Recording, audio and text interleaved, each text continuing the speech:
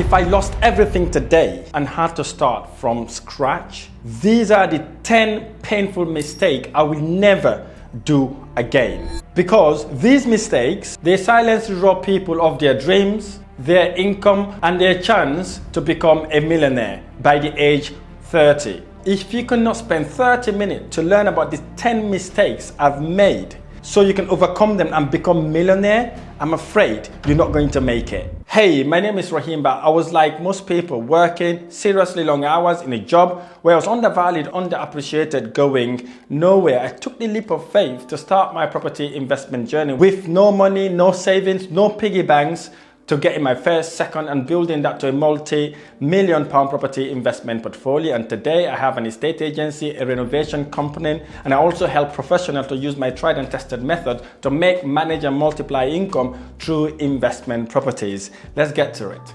1. Procrastination. Procrastination is the process by which an individual will delay making important decision or taking action that move them closer to their financial goal. So what are the signs to look for to know whether you are procrastinating on taking or making a decision? Now, this is one of the biggest problem I had when I started my property investment journey. I always put the important task, delaying it, thinking so many stuff around it. But these are the 4 things that really get me to understand that I was actually procrastinating. So the first one was perfect timing. I always wanted to wait for the perfect time. I'm like, okay, next tomorrow, the day after, when this happened, when that happened, when I done this, when I done that. I literally was waiting for perfect time most of the times, and I end up taking no action. But also, I was talking more than I act. So basically, I was just telling people, talking a lot about it, because actually I didn't want to take the action. So I thought talking about it, or maybe talking about it to friends and family, talking it to myself, will actually kind of get me to want to do it. But also thinking that when I talk about it, it's like I was kind of convincing myself that I am actually taking action. The third sign of procrastination I noticed was fear or doubt. I was always fearful. I'm thinking, oh, what if I get this and I actually failed, and kind of know that if I did not succeed, I'm going to be a laughing stock. But also, I doubted myself because I think I wasn't born in this country. I don't sound like everybody else. So perhaps people will not actually listen to me, or I won't be able to convince people. So I was kind of not trying to take that decision or making that decision by getting these 3 reasons to kind of stop me from making it happen. But the impact really was that due to these 3 reasons of not actually taking action, I was missing on massive opportunities. I was missing on massive opportunities because I see the opportunity, but I always talk myself out of it by looking at the worst case scenario rather than looking, okay, this is the worst case scenario, and what could be the best case scenario? But I was always thinking about the worst that could happen in whatever decisions I make. But here's what I did to overcome procrastination. Is to start before I get ready. What do I even mean by that? As soon as I've got an idea, I act on it immediately. I don't let my mind start thinking about it, but also I then started to break my goals into chunks. I took action immediately, but also break my goals into tiny chunk.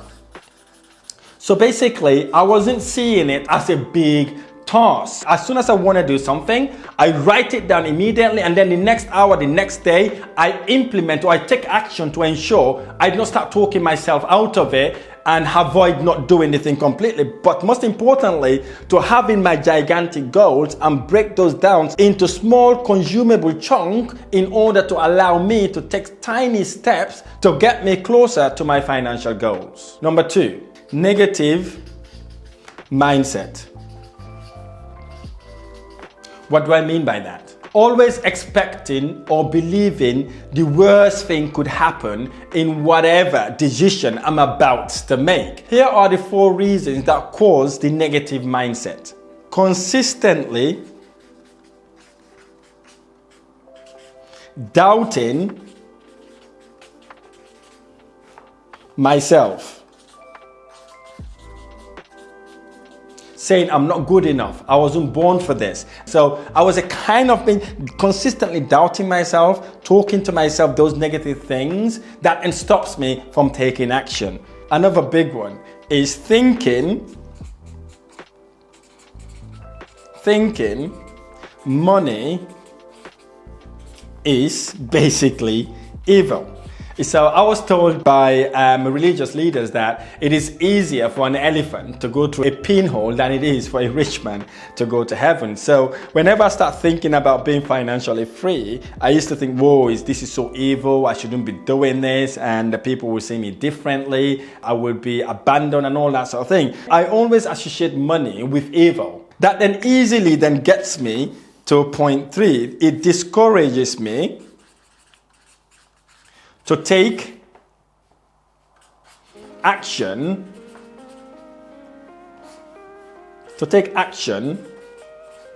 towards my goals, because I'm always thinking, if they said money is the root of all evil, so obviously if I've got money, then I will not actually go to heaven, or maybe friends and family would kind of keep away from me and they will not want to associate themselves with me, which then ultimately gets me to surround myself with negative people. Because obviously I was surrounding myself with those people, because those are the people that kind of reinforcing my negative beliefs. Because obviously I believe that if you were to be rich, you've got all these problems around you, you're never going to have a peace of mind. So obviously I was looking for people who kind of reinforce that beliefs in me to make me feel better. So what did I do to overcome that? Is to feed myself with positive beliefs. Now this is important. I was in the essence doing the reverse of the negative mindset I had. So what I started to do is to start talking positivity to myself. Here's the secret of doing that. The secret is the mind does not distinguish what's real and what's fake. It consumes whatever you feed it. So here's the thing. If you start to believe wealth is possible for you, your result will follow your mindset. Oh, sorry for interrupting this video. I just wanted to draw your attention to a guide I've just created. This guide is for you if you're looking to start and scale in property investment, and you've got questions that you want to ask in order to start your property investment. This guide is the ultimate guide to start and scale in property investment journey. I talk about the different type of investment strategies. I also discuss the 11 ways you can raise finance to make any property no money down deals, and the type of properties to buy in order to generate a serious return in your investment. And I'm giving this book away for completely free of charge, no string attached, nothing, absolutely free. Click the link on the description of this video to get your free guide now. We've only got a limited number of these copies available as well, so click the link to get your guide now. Let's get back to our video. Number 3, living over your means. What does that even mean? It is basically spending more than you earn, or not managing your finances properly. And here's the thing, there's so many people in the UK that are living that sort of life. And actually there was statistics reported recently that 80% of the UK population live over their means. They try to keep up with the Joneses, trying to buy the latest gadgets, going on holidays, and trying to kind of look rich when they're actually burning right inside. Quite frankly, I was one of those at one point, and I had 12 pairs of trainers that I had in my house, and I only use one of them. I've got the latest trainers, I got the latest jeans, latest branded stuff. Literally, I was spending more than I was earning. I was literally slaving myself to impress people in order to look rich, whilst I was actually burning inside. But here are the 4 things that get me to understand I was actually living over my means. The first one, I relied heavily on credit cards. So whenever I want to go out, if I haven't got my salary, guess what? I turn to my credit card. So basically, I use my credit card to go on clubbing, to buy my trainers, to buy anything I wanted, because at the time I wanted to spend that money, I didn't have my salary. The second one, upgrading my lifestyle as soon as I get a pay rise or a bonus. This is a big one, right? So here's what I used to do. When I know I'm expecting to get a bonus or pay rise, I start thinking, what do I need to upgrade in my life? The first thing I usually think about is my TV. I start thinking, oh, this TV, I've had it for about 2-3 years, so I need to upgrade the TV. And I looked at my sofas and said, look, these sofas have been there for decades. I don't even know when the landlord bought this sofa. So I also look at my fridge. I start looking for places where I can actually spend the extra money. The third one is one of the biggest. Prioritizing looking rich over being rich. This is a big one. Like, I remember I saw all my friends got cars. They're all driving nice cars, they've got their license and all that. And I thought, you know what, I might as well go and get a car, right? I went and got myself a car, and that car was one of my first cars. I was so excited and really excited about when I bought it. And then I realized I had to pay for insurance, I had to pay for road tax, I had to pay for repairs and maintenance. And I've got all these bills to pay when I was actually on minimum wage. And the crazy thing about this was, I was working nearly 40 to 50 hours a week. I didn't even have time to drive the car I bought. The fourth one, budgeting. Budgeting was not part of my grammar.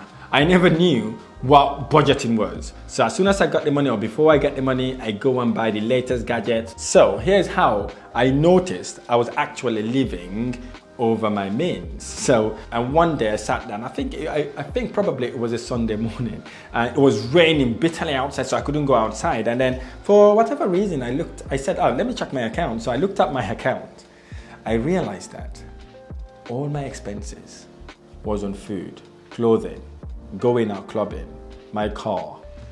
And the sad thing about that, I looked at my current account, I realized I was on minus £800. And then I quickly scrolled down to my credit card balances, and I realized I was into my credit card by £1,200. And when I add those figures up, it was £2,000, and my salary was only £1,500. So from that day, that hour, that minute, that seconds, I made it my responsibility to look at my finances to ensure that I live below my means instead of living over my means. So listen to this.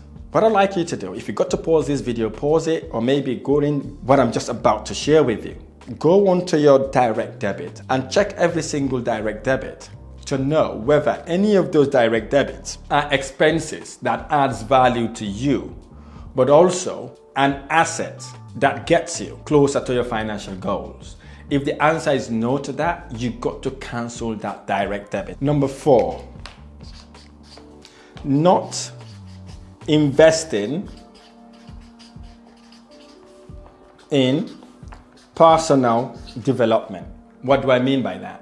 You see, when I finished university, I thought I've done with education. I've educated myself now, no need to go and learn anything else. So I thought I'm well enough now, especially working on my becoming a chartered accountant. So I was kind of a bit arrogant there. So I thought I know it all. I don't need to go and study. I don't need to do anything else. Not knowing I was actually doing the wrong thing. The thing I should have been investing in myself before I even go to uni is investing in my personal development, learning skills that I can implement immediately towards achieving my financial goal. Number 5 is one of the biggest killer, if not the biggest killer, is getting too comfortable. What does that even mean? It's settling for good enough instead of thriving for greatness. So for me, I've got my job, I've got my task, whatever I've been given, that's what I'm gonna do. I'm not going over and beyond to deliver, or to go and learn other things, personal developments, for example, or trying to network and socialize with like-minded individuals. For me, that was too much of a hassle. I'm already working 8 to 9 hours a day, so I don't really want to do anything else apart from coming back home, putting my legs onto the sofa and watch my favorite TV programs. I get comfortable, and when you get comfortable, you stop to grow. And guess what? People that are thriving will just overtake you. And by the time you realize you've lost a number of years, whilst other people grow. And here's what I did to change that mindset. What I did was to always be a sponge. Basically, I was always a student, always trying to seek knowledge, to get uncomfortable, set gigantic goals. Because what I've learned was growth lies on the other side of discomfort. So embrace discomfort, embrace failures, embrace mistakes, but also see that as a steep learning curve to take you closer to your financial goals. Number 6, this is another big one. People pleasing. This literally held me for a very, very long time. I was one of those people that I do not want to upset anybody. I want to make everybody happy. I want to go over and beyond to please people, to ensure that I do not offend anybody else. I want it to be in everybody else's good book. So I was kind of consistently trying to please everybody else, apart from myself. I say yes to every single thing someone asks me. Okay, because I don't want them to feel like I don't care about them. I don't want them to feel upset. And even if I can't do it, I just say yes to it because I don't want to offend them. And also, fear of judgment. As I was saying just now, basically, what do people think about me? What they say about me? What are they saying behind closed doors? So I was always worried how they judge me, how they perceive me, what they think about me. So I get on doing so many stuff and forgetting about myself. And here's what really changed the game for me, is to learn how to say no to anything that doesn't brings value to me. And this was a tough one. This was a very, very tough one because I had to learn what value means to me in the first place, because I always thought pleasing people is my value, kind of, because I want everybody to be happy. But for me to be able to reverse that mindset and think the opposite, saying that I got to say no to most things, especially the things that don't add value to me and help me get closer to my financial goals. So I started prioritizing future over temporal approval. 7, not taking, this is a funny one, accountability. So basically, I always try to blame someone else. I always find someone or something to blame for not taking action or for not getting the result. Sometimes I blame the economy, saying, look, the economy is literally crap, hence the reason I'm in this job, so therefore I need to stay in this job, because if I go out there, I could not get a job, so I might as well stay in the job I am currently in, because end of the day, I'm not gonna get anything there. So I was blaming the economy. And the other thing also I blame people. I blame family. I always find someone to blame for not taking action. But here's what I did to overcome that. Because if you learn these skills without shadow of a doubt, it will get you to become a very successful entrepreneur, but also a successful millionaire. I took ownership in whatever I do. Whether it was my responsibility, not my responsibility, I took full ownership on it. And here's what I've learned. I learned about taking accountability, obviously, but also I learned lots of ways to make decisions, but also improve my skills to making effective decisions under pressure. Whether it is good or bad, I take the responsibility and all the blames. And that then helps me to regain power to change my future. Because when I took responsibility and things goes wrong, what I do basically is to take notes to understand exactly what had gone wrong, how I would overcome that mistake in the future to ensure it doesn't happen again. And that transformed my life. Number 8 is one of the biggest killer. Lack of focus.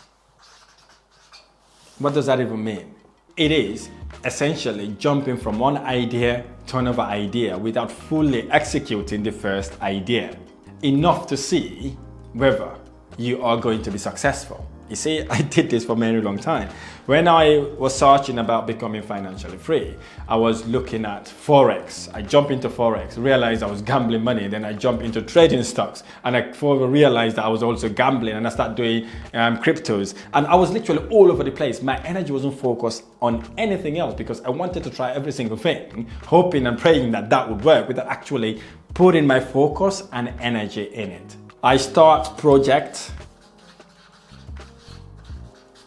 that I don't finish.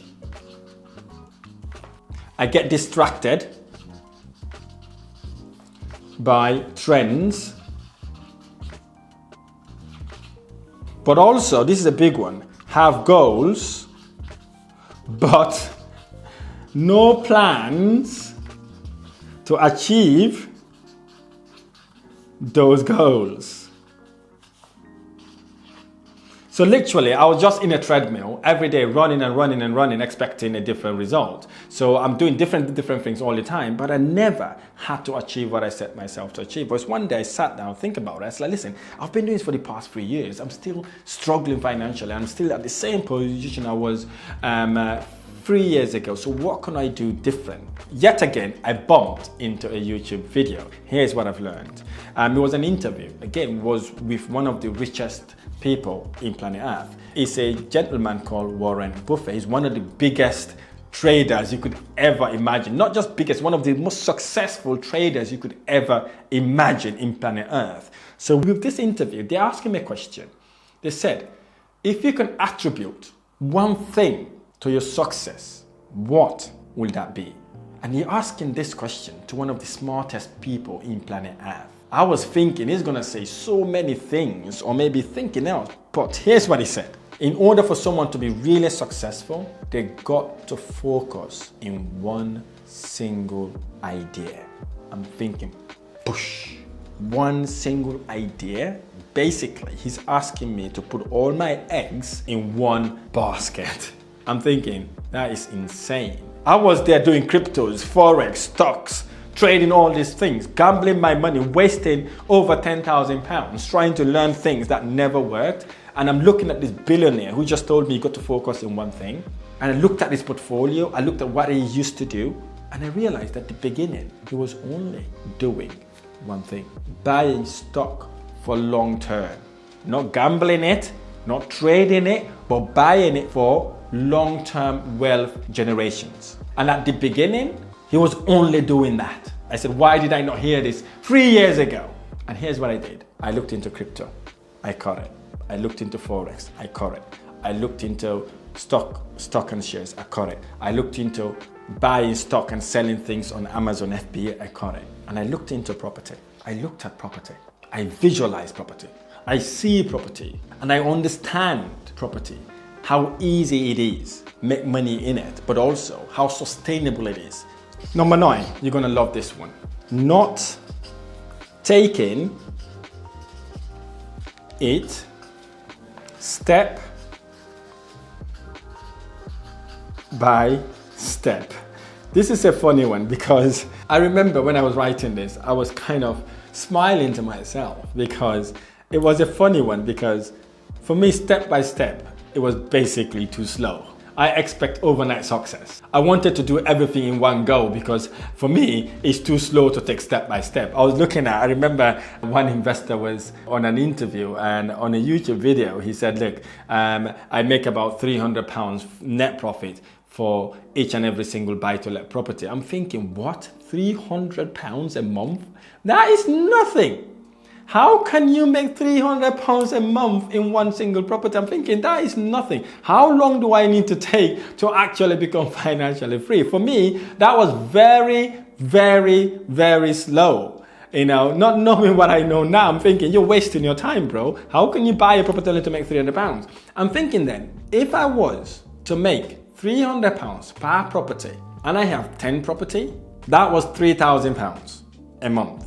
If I had 20 property, that is £6,000 a month. But also, if I've learned how to buy that same property, renovate it, so I can add value to it by renting it higher rent and making about £400 or £500, but also to be able to recycle all my money out from it so I can go again and buy more houses. So basically, that £300 is kind of infinity return on investment, because I had already taken out all my initial investment, put it in another property, whilst that same property generates me about £300 to £500. So instead of rushing or skipping some steps in order to get me to where I want to go quicker, I decided actually to look into step by step. And the only way you get to the top floor without a lift is doing it step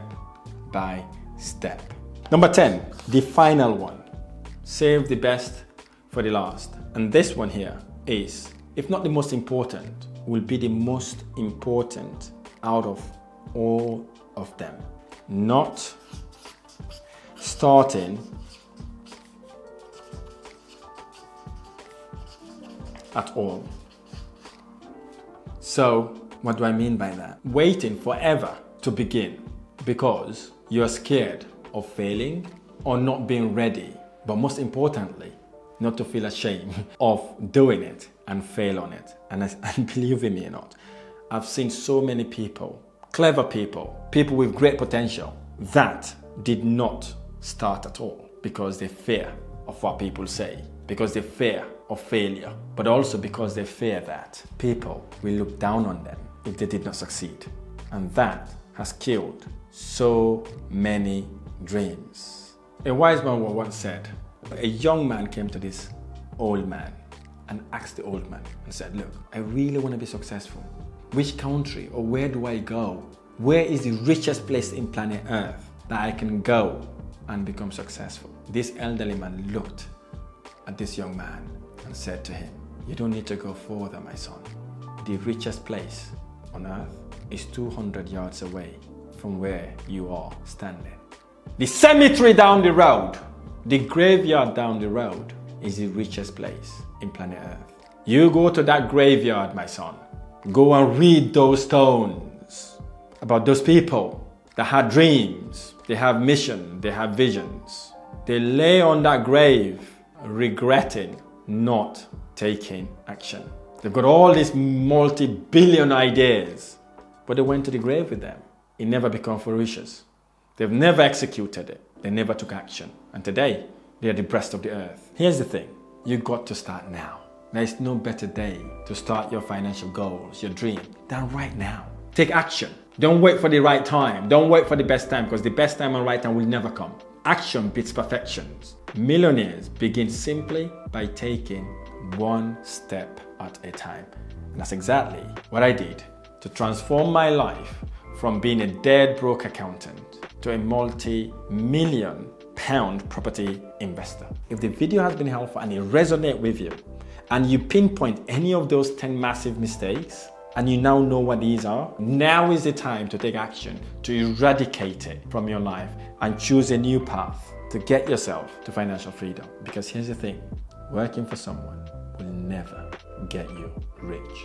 If you want to learn how to manage and multiply income through investment property, there's a link on this video. Click that link to secure a free spot to learn how I may be able to help you to use property as a vehicle to make passive, recurring income that would make working for someone an option instead of an obligation, but also to get you to financial freedom.